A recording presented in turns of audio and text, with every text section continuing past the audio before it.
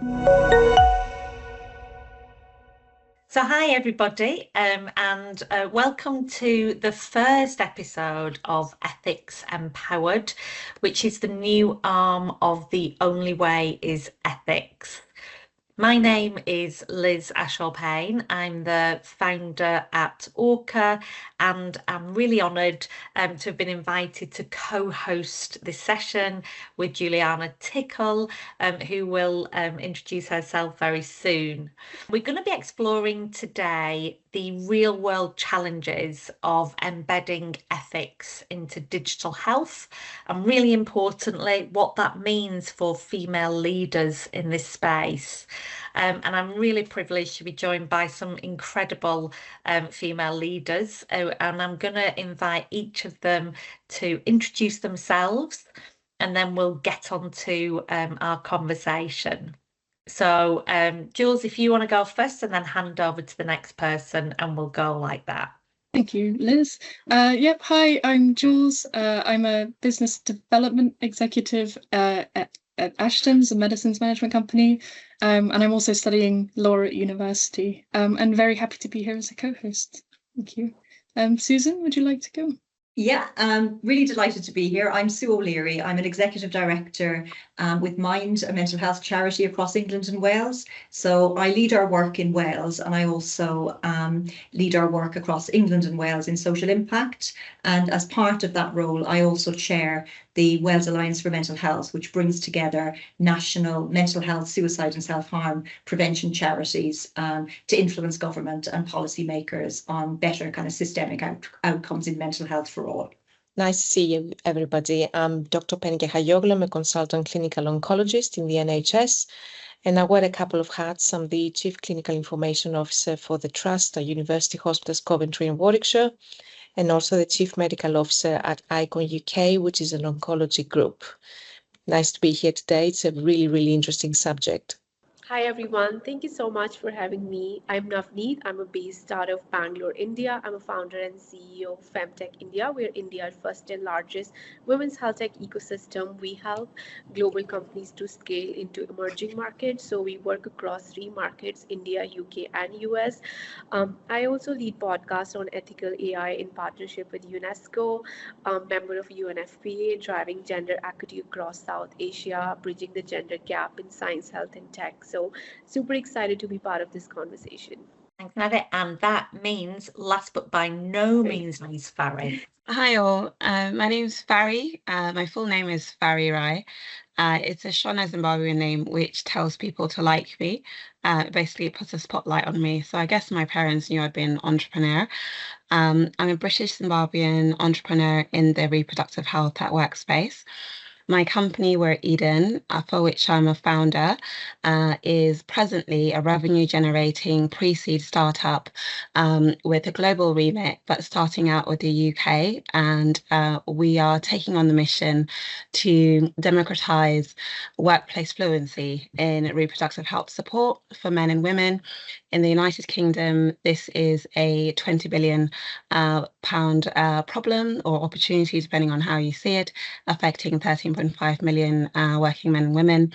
I've had a 13-year background in the Lloyd's and London market insurance world, working across various global platforms and portfolios in the innovation and technology space. And additionally to that, I studied biochemistry at university, which is part of the reason why reproductive health and I guess a knack for science comes from. And in my spare time, I lead a gospel choir and I enjoy creating things. Oh, I love that. Thank you so much. I mean, the first thing that really stands out for me in this group is we're all from a really diverse background, both from where we're from a country-based perspective, but also what we're doing. So I'm really hoping for a colourful discussion today. Jules is going to start off by setting the scene for us, and then we'll dive into some discussions. Yep, so I was just going to mention how we all know how fast growing the nature of health and technology is and how quickly things can be created, but I'm sure everyone has stories about how slow things can be adopted. And I think when when funding or opportunities do come up, decisions are rushed and made very quickly. So even in everyday decisions. So I think we've got a great panel of people here to talk about how we can ethically make sure that when these decisions can be made, that we're all doing it as ethically and as knowledgeable and responsibly as possible for the people that we're affecting. So thank you all for being here today. It's great, and hopefully we'll get some great diverse opinions and experiences. Oh, thanks, Jules. And I think one of the things that we've all just touched on, and I know we talked about this yesterday when we met, was what ethics means and what does an ethical challenge mean and what are the areas of ethical challenges. And it could be, as you said, around having decisions made, who makes those decisions. And then both Barry and Nav commented on health inequalities, and they're doing a lot of work in that space. It could be around patient data, it could be around ethical evidence, etc. So one of the things I really want to bring out from this conversation is, what does ethics mean to you in your role, and what challenges do you see? And I'm going to suggest that I maybe come to Penny and then Nav, and then if anybody wants to jump in afterwards, please do. So Penny, I'll open the floor to you. So what does ethical working in this space mean, and what are the challenges? Thank you, Liz. So I said that I've got a couple of hats. I work in the public sector as a clinician, and as a leader, I work in the private sector. I work in the voluntary sector, and I see quite a diverse population clinically. So I treat a diverse population in those different settings, but I also have to manage decisions in those settings as well. And as we know, if we take, for example, funding, we need to think about ethics when we allocate funding, because every decision that we make to allocate funding, whether it's for digital tech or for anything else, for drug allocation, for new treatment allocation, we know that if we offer some patients some funding for a new drug, it has to be, we have to sacrifice something else. And that resource allocation should be based on ethics, on value adding, which means, you know, what is the benefit for the majority of people that we want to offer a new treatment or a new test? And how do we make sure that this decision doesn't inadvertently, I guess, disadvantage another cohort of people? And that can be sometimes really challenging, because we all want to offer our patients, if we talk about patients, everything, right? And same to me as an oncologist, same for an orthopedic surgeon, same for a neurologist, but we know we cannot offer everybody everything. So that is one scenario. And for me, ethics in that scenario is doing the right thing without disadvantaging people. And the decision making should be based on equality and ethics. So offering the best, if we could possibly do, for the majority of people, rather than, I guess, spending more for a really small minority. I know that cannot be black and white, and some areas which, for example, that lack research, we have to offer something when a new drug comes along or a new test comes along to serve those people if there hasn't been research in that area of illness. But generally speaking, ethics from a clinical, but also from a clinical leadership perspective, is doing the right thing, make an informed decision to allocate resource that benefits most people, and make sure you don't disadvantage others along the way. Yeah, I mean, I think that they're really important points. I remember I worked in the NHS for 20 years and was on the clinical executive committee, and it's really difficult when new innovations come along. I remember continuous blood glucose monitors coming out, and how do you decide who gets that before it was commissioned for everybody with type 1 diabetes, and it's really difficult. And of course, we saw similar difficult decisions during the pandemic. So I think that's a really important point. And then I don't know, Nav, whether you can respond to that, not least because you're on that supplier side, and how you get allocation of funding is sometimes difficult. Yeah, so I think for me, leading ethically in femtech is about balancing responsibility with impact, because in women's health tech space, we are not just building apps or devices, we are building solutions that touch women's body, health, and dignity.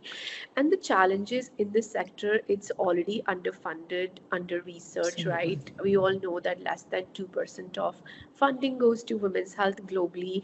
And there's a lot of pressure in terms of compromising the speed for survival, because not many founders actually pay attention to all these things at the beginning. I am talking from experience because we work with a lot of early stage companies as well.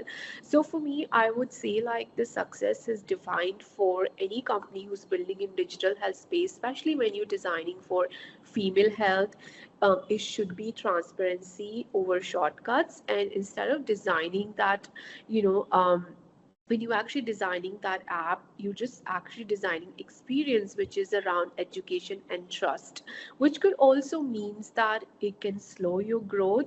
But what also surprised me that, you know, when you're actually building with ethics, data privacy is one of the biggest concern, and investors also respect that decision, because then you will building on long-term growth plan.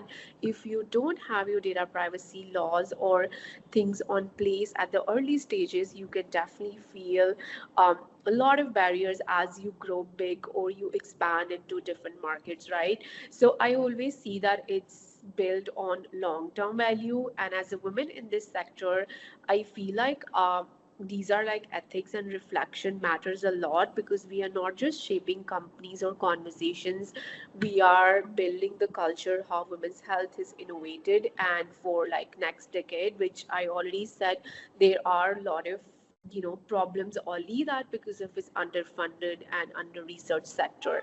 So I think for me there is no compromise here, it's non-negotiable.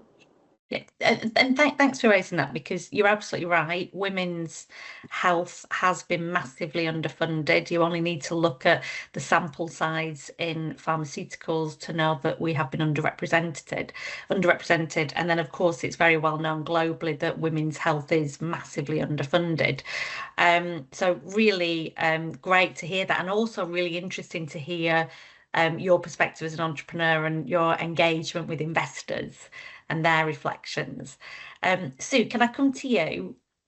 Yeah, absolutely. And I think some similarities from my perspective to what Penny was just sharing. So I think for me, ethics and mental health is very much about doing the right thing.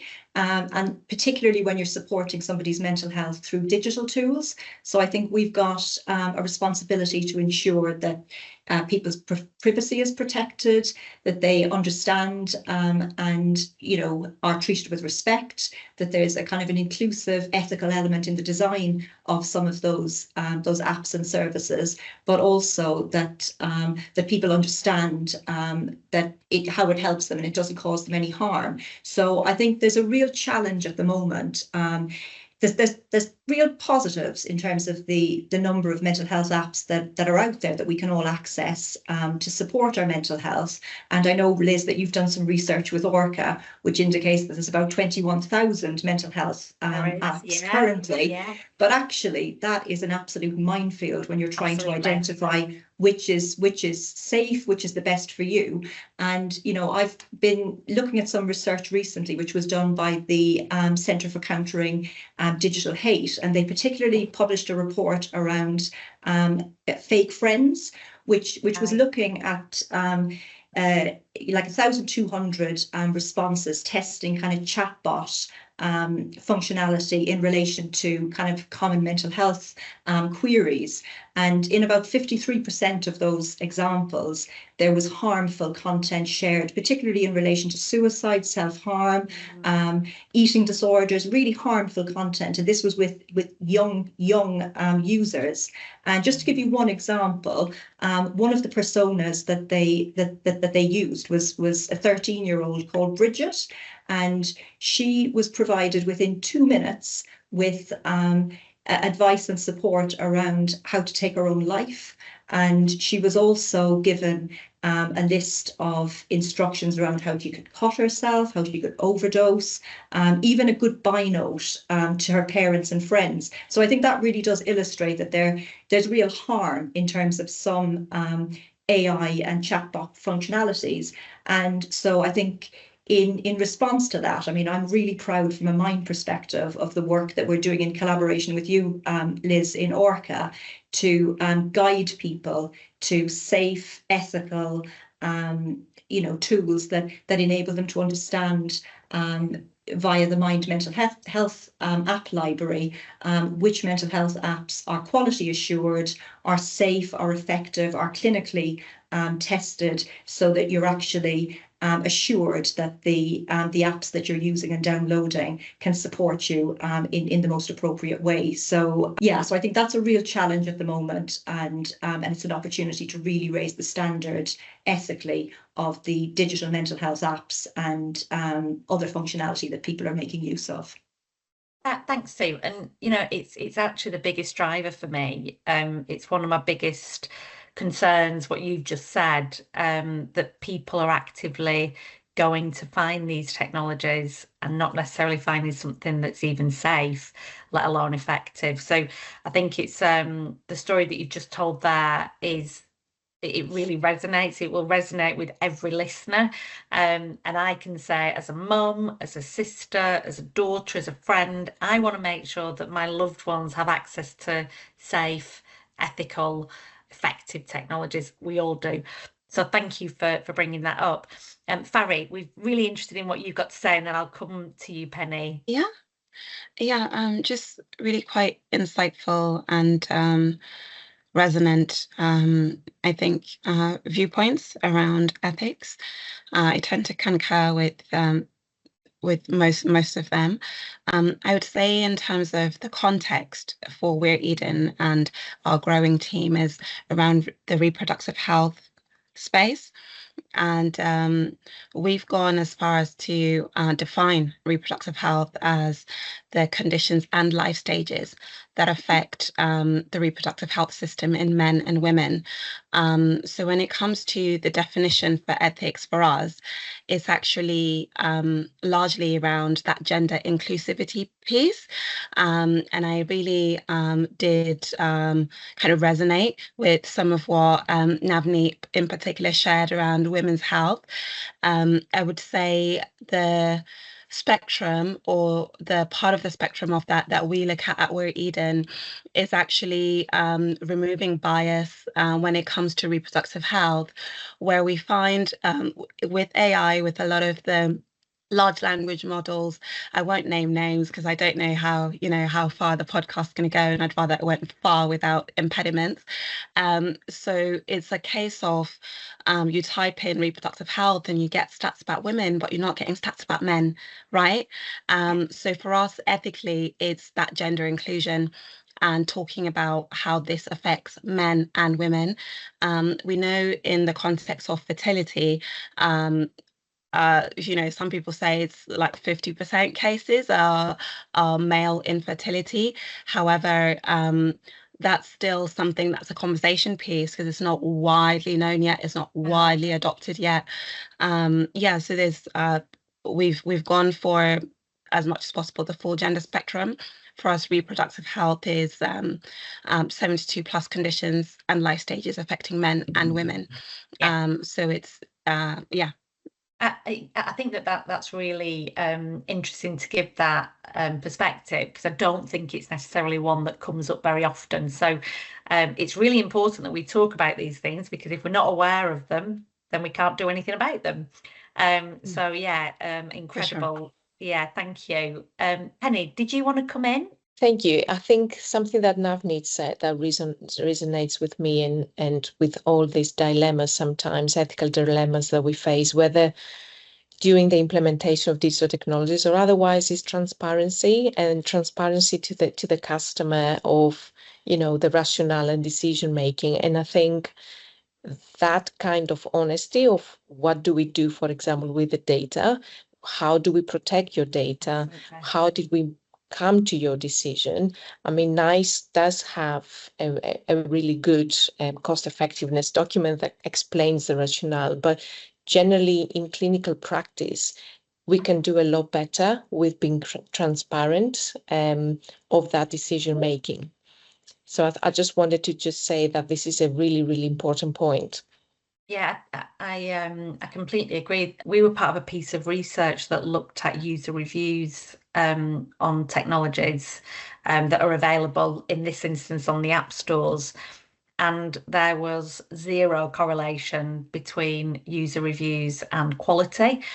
And the other thing we looked at was the size of people's privacy policies.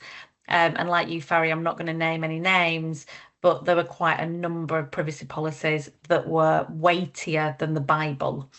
And so what that means is that people click accept and don't read it. And even though it's out there in black and white, nobody's going to read something that's the length of the Bible. So I think it's not just about giving the information, it's about giving the information in a way that you can consume, in language that you can consume. Because the other thing is quite a lot of these privacy policies, for me, they're written in legal jargon. Well, I'm not a lawyer, so I don't understand what that means.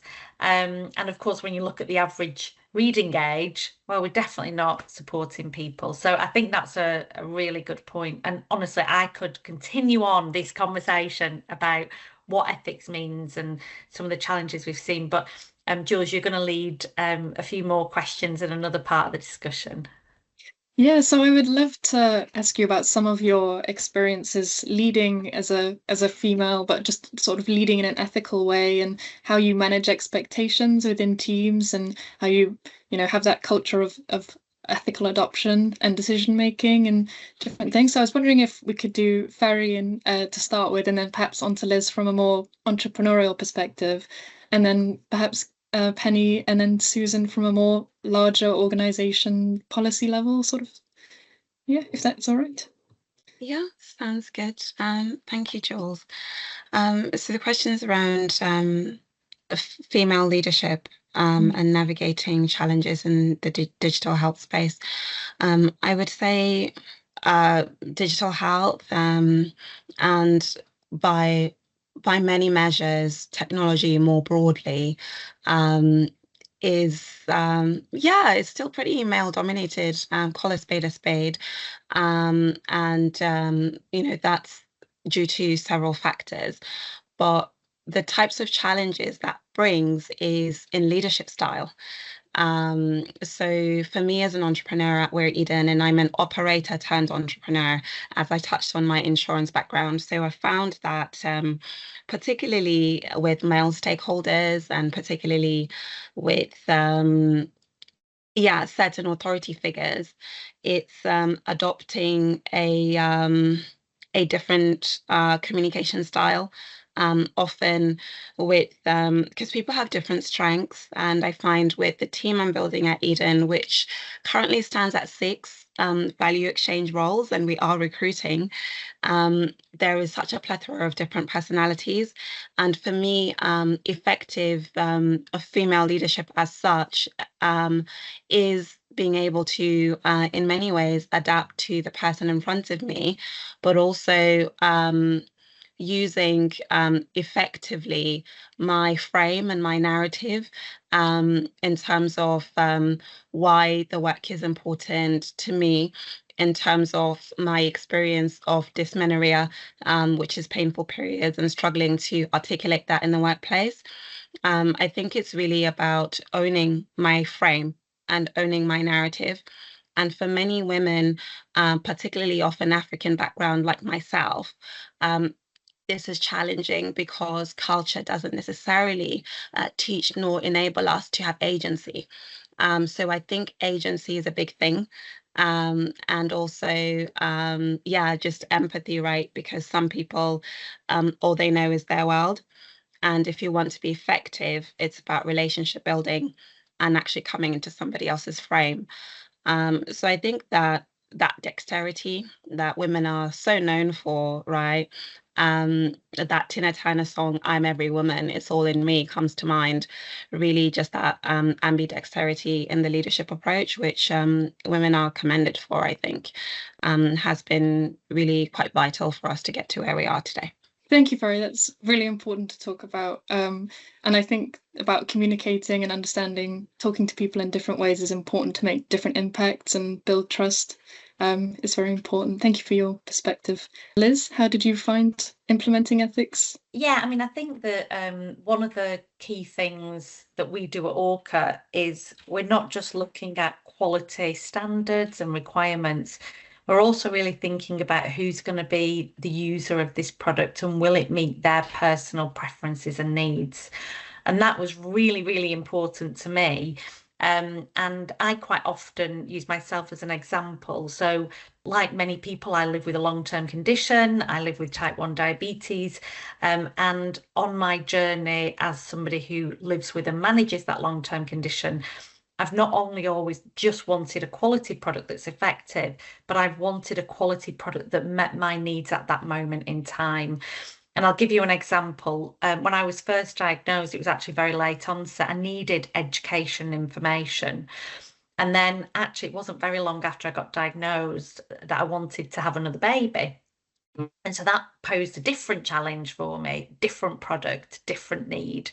And of course, you can hear from my accent, I'm from the northwest of England.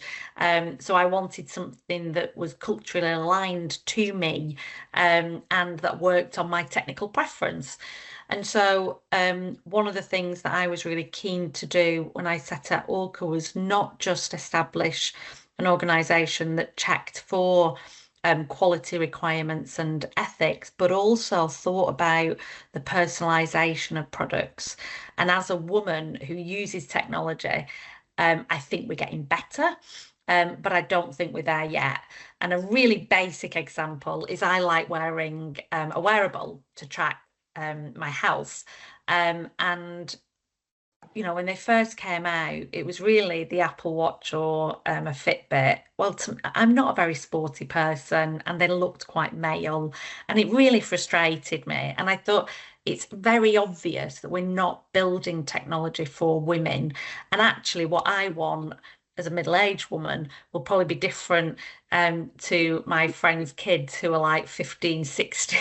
Because they're much trendier than me. So again, for me, I think that what I've started to see is a real paradigm shift from one product for all versus different solutions for different communities. And I think there's so many critical points, but for me, I'm really seeing a shift there.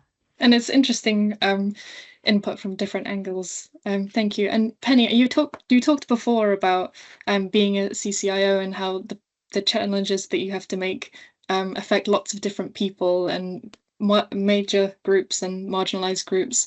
How have you found making, leadership decisions in that area? Thank you. I'm going to give you an example, which is at the moment a great challenge.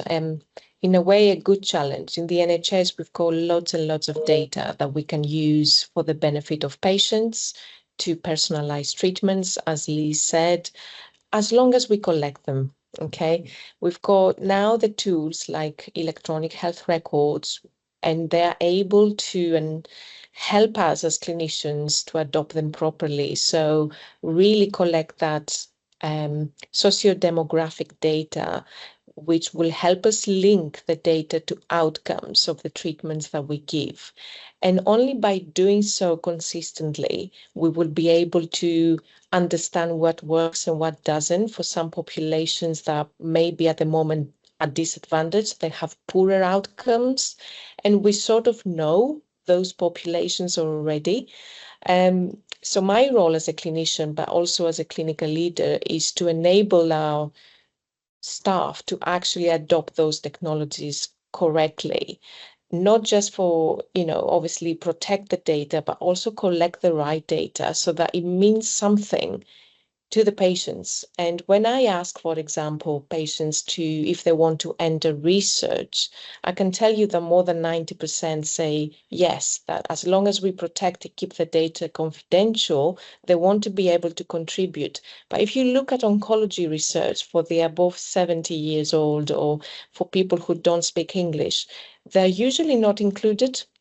And we need to actually start being more inclusive in the way we collect our data, extending to our research. Because if we don't do, we risk that any AI tools that we formulate to help us work more efficiently or make smarter clinical decisions are going to be biased, and are going to be biased for, probably white male or female. And that's not where we want the healthcare to go. So a big role for clinical leaders to play at this point of time, I think. Thank you, Penny, for talking about the imbalances in data. And Nav, you were talking earlier about inclusivity in data and being representative among women. And do you have anything to comment on that? Yeah, absolutely. So I think, especially I work in women's health space, and I'm going to talk broadly women's health and digital health, which is mostly designed for urban um, sectors, English-speaking people who have smartphones, tech-savvy users, leaving large populations behind.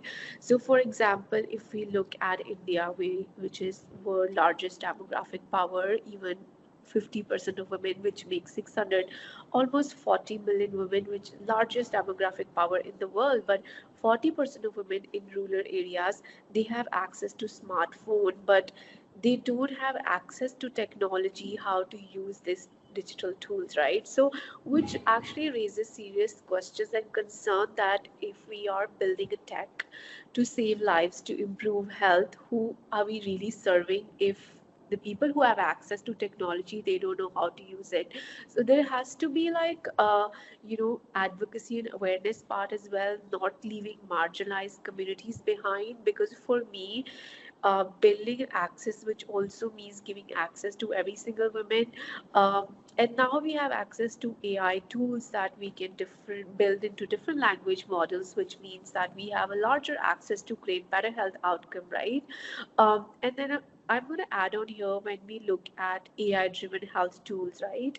Um, there also should be like fine line between guidance and prescription. So for example, AI gives you personalized recommendation, but uh, it should not cross the medical advice. Like, there's a line between, right, a misstep. So how can that can cause into serious consequences and legal implications. So ethically, it's about balancing innovation with trust, inclusivity, and responsibility, and also giving access to, I would say, all the communities, regardless wherever they are. And I think technology has power to create that.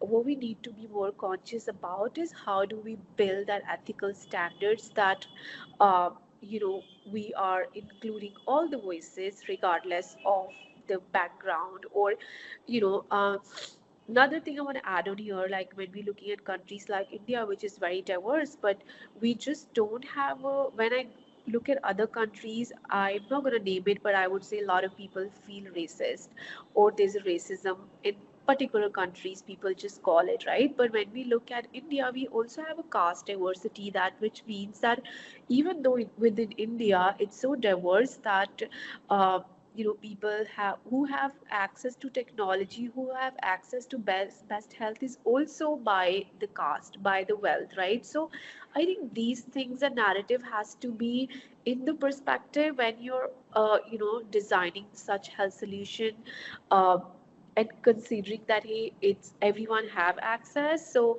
that's what I would love to see as well, like slowly, maybe, because right now it's very urban sector and it's very niche. So I would say healthcare shouldn't be niche, it should be providing access to every single one. Very interesting. It loops back to the conversation before about balancing where does funding go and things like that, but still not leaving people behind, which is where Penny's comment about making sure people are still accounted for when new discoveries are going on is very important, while still, considering the wider population. And Susan, from your perspective, from a large organization like Mind, how have you found leading ethically? Yeah, it's a really interesting question. And I guess I've been reflecting on my experience prior to Mind as well. So my background is I worked for about 20 years in criminal justice, in kind of prison, probation service and the Ministry of Justice before coming to Mind, all big organizations, both kind of public, private and voluntary sector. And I think what my reflection is that there's a challenge within both mental health and criminal justice of a kind of a persistence of top-down systems. And what I mean by that is that sometimes the people who are closest to accessing services are often not involved in the design or the kind of co-creation of those services. And that's a real challenge, particularly when the communities that benefit don't have a voice from the earliest point in the co-production of those services to support them, be it with their mental health or addressing their offending.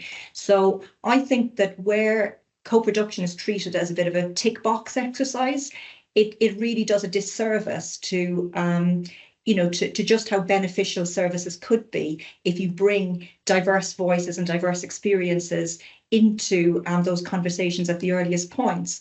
And I think as well, it goes back to the point that was made earlier by Nav, that if you don't have that diversity of kind of thinking and perspective, you also design systems and solutions that don't benefit people who are most marginalized and the people who have the poorest experiences, both in terms of access, outcomes, and experience. So so I think that co-production, it isn't a nice to do. It's essential, because you have a much more effective and you have a much more beneficial outcome if people are involved at the earliest point. And that's as relevant to digital mental health as it is to face-to-face support. And I think that, when I've been involved in examples where that works really effectively, and the voices of people with lived experience who are experts by their own experience are involved, I've seen some amazing outcomes. And one example of that is the recently kind of co-produced mental health and wellbeing strategy in Wales, where the period of co-production gave all sectors were involved. There was clinical, strategic, charity, policy, expertise, as well as people who had their own lived experience of mental health. And that co-production has been really powerful, but will also be transformative in terms of shifting the mental health agenda in Wales for generations to come, hopefully. So that would be a reflection of mine. Thank you, Susan. And yes, sometimes it can be hard to reach and access the people who we need the input from the most to make things the most accessible for the majority. And Ferry, did you want to jump in on that as well? I did, thank you.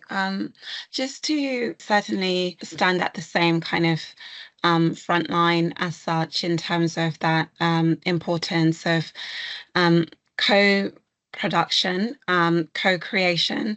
For us at We're Eden, we have recorded this online courses, not quite launched yet because it's in post-production, but the point there being that we were able to partner with Global Banking School and do these focus groups, and Global Banking School, for us who might know, have a mature kind of students, like adult student as the core of who is their student base. And we found that having these focus groups, quite candid conversations around lived experiences in reproductive health, really was so instrumental in supplementing the first-hand and the second-hand research.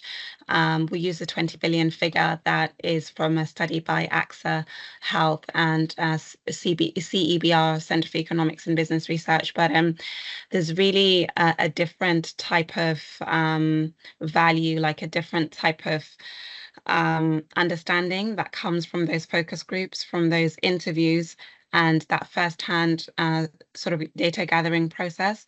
So I would really certainly concur. Another point very quickly is around the difference between designed with you in mind and inclusive. And I think that's just a challenge to innovators or policymakers out there.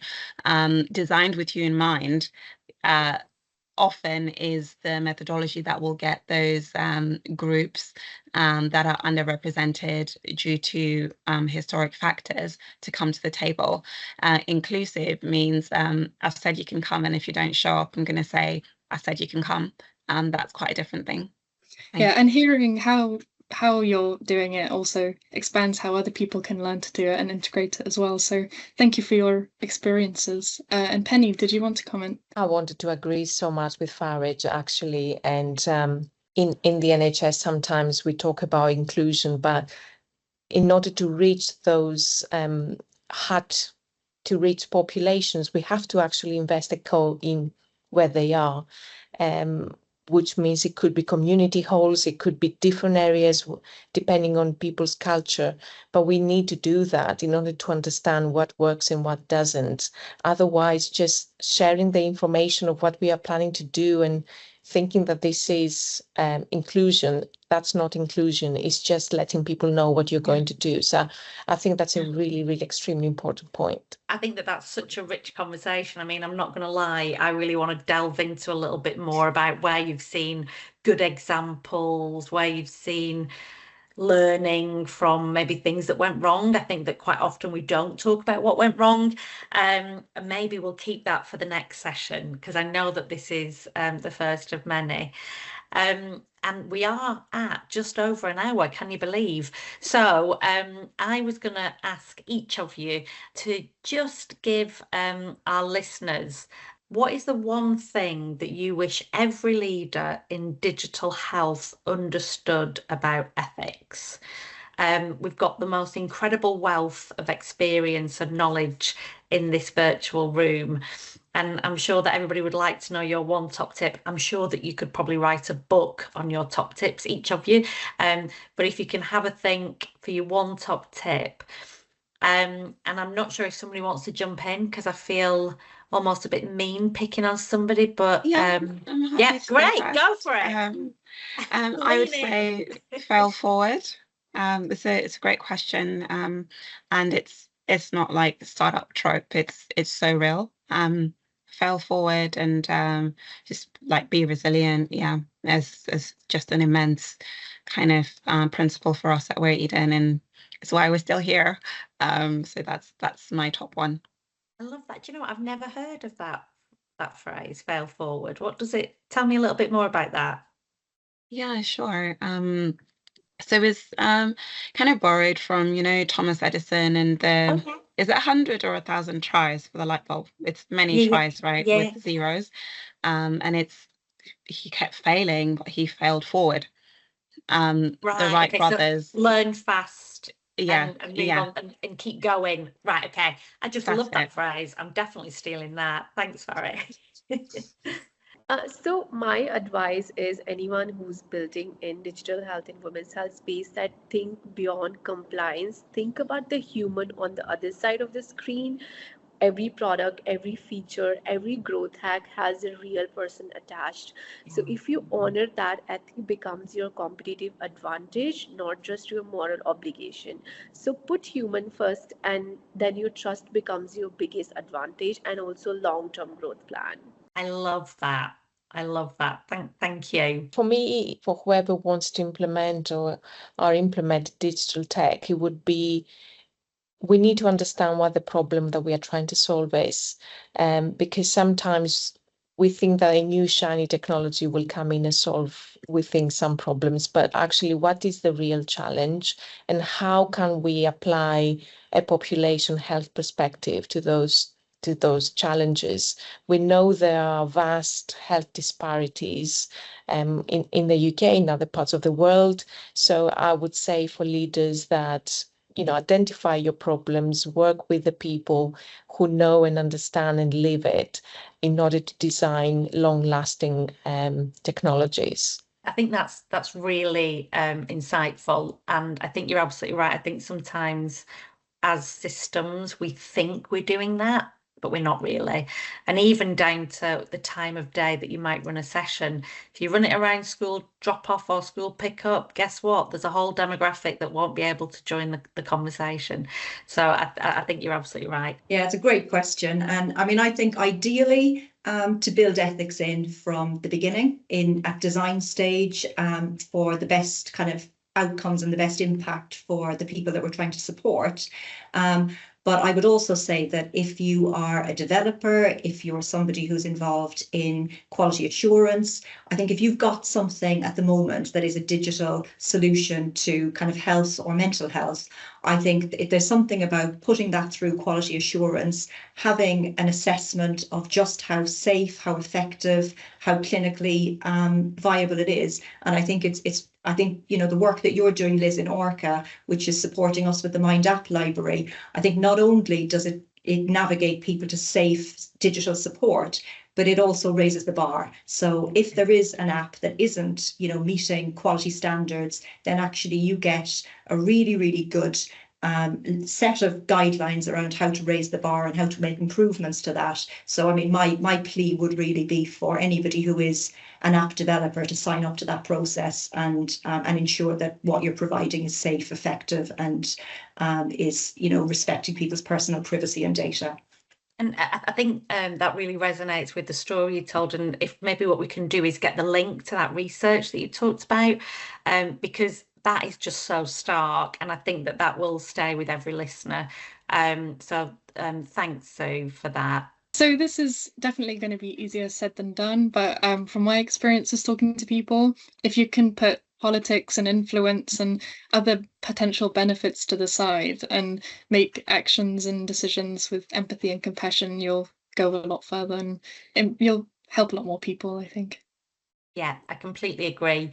And my final point, which probably will be another conversation for another one of these sessions, is ethics isn't something you do once. For me, it's a continuous piece of work. And as we see technologies emerge, you know, we've talked a little bit about AI, but obviously that's relatively new. What does ethics mean in the world of AI? How do we monitor it? How do we check it? How do we know? So ethics isn't something you do once, it's something that you're continuously focused on, and it has to be foundational. So that would be my small addition. And I can't believe we've been having this conversation now for an hour and nearly 10 minutes. And I just want to say a massive thank you to you all, bringing your experience and expertise to the table and sharing it with other people in the space is just invaluable. Whilst I also completely recognise how busy you all are. Both with work, but also your own personal lives as well. So thank you so much for taking the time out. And of course, as I've said a few times, this is only the beginning of the conversations around ethics in digital health. And, you know, look out for more episodes of Ethics Empowered. I'm sure that many of you on this conversation will be invited back, and I'm sure that you can have so many more elements to share. And we encourage everybody to stay engaged, keep talking about this important topic and continue the discussion. So I will wrap up now and say thank you once again. Thank you, Liz, and thank you, everyone. Thank you all. Pleasure too.